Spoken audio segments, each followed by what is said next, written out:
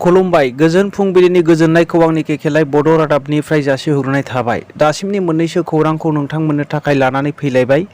अन्नानै दासिमबो चेनेलखौ subscribe खालामाखैबा subscribe खालाम। दानिया फै जोङो दिनैनि खौरांखौ मिथिनानै लानि। दिनैनि खौराङाव जोङो मोननो हागोन आरोबाव फिन बड'लेण्ड बिनायनि मैया बड'लेण्ड नेशनेल कन्वेन्शन खुंनाय जायो। बेयावहाय गोबां हान्जायानो लोगो लाफैदों, बड'लेण्ड सोमावसारफिननायनि मोनसे हाबाफारि लादों आरो गाव गावनि मतामतखौहाय होदों। बे आन्दलनाव पियरलि डेम'क्रेटिक जागोन होननानै बिथांमोनहा बुंदों। बे सिमाया जागोन संकस टु सदियासिम।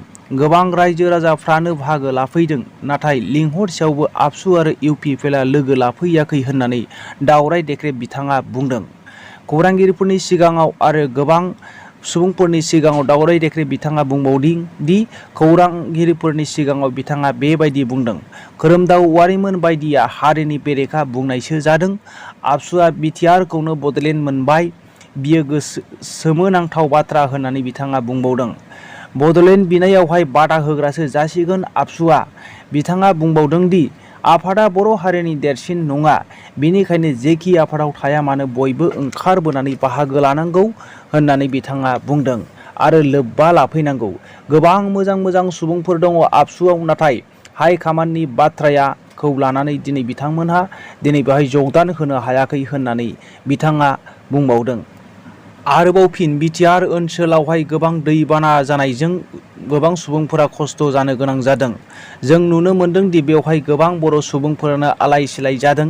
बेखौ सोरखारा मोजाङै जोथोन लानो हायाखै होननानै गोबां खस्थ' मोननाय सुबुंफोरा दुखुजों फोरमायदों।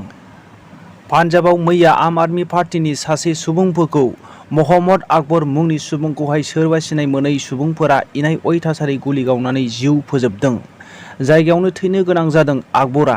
बियो सासे आम आदमि पार्टीनि सासे गोख्रों दैदेनगिरिमोन होननानै मिथिनो मोननाय जादों।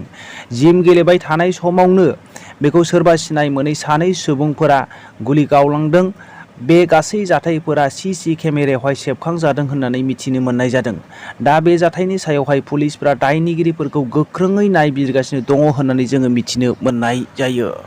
कर्नाटका रायजोआवहाय सासे फरायसाया रेलगारिनिफ्राय गाद्लिननानै जाब्रथाय जानानै थैनो गोनां जायो। थैनाय फरायसानि मुंखौहाय प्रितिपुआ स्वामी होननानै मिथिनो मोननाय जादों।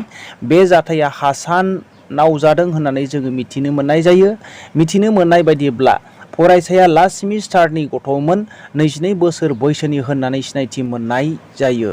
इउपिपिएल दोलोनि थाखाय मोनसे जोबोद गोजोनथाव खौरां। बे खौराङानो जादों इउपिपिएल हान्जायावहाय गोबां कंग्रेस नागारनानै आरो बिपिएफ नागारनानै गोबां सुबुंफोरा जयेन जाफैदों। बे हाबाफारिया जादोंमोन उदालगुरिनि माजबाद ओनसोलावहाय 32 नं वार्ड सेरफां ओनसोलावहाय। गासै 26 सुबुंफोरा बिपिएफ आरो कंग्रेस नागारनानै मैया जयनिं जाफैदों होननानै जोङो मिथिनो मोननाय जायो। मोनसे जोबोद सोमोनांथाव खौरां।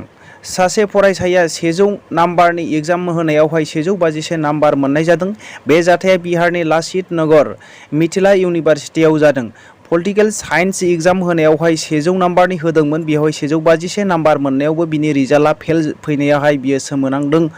दा इउनिभार्सिटिनि कन्ट्रलारनि फोरमायनाय बायदिब्ला बियो प्रिन्टिं मिस्टेक जादों होननानै फोरमायनाय जायो। दा बेखौहाय नायबिजिरनानै रिजाल्ट होफिननाय जागोन होननानै इउनिभार्सिटिनि कन्ट्रलारा फोरमायनानै होफिननाय जायो। बेजों लोगोसे दिनै फुंबिलिनि रादाबा एसेनोसै। रादाबखौ जोबनायसिम खोनासंनायनि थाखाय बयनिसिमबो रोजा साबायखर थाबाय। जै बर' हारिनि जै।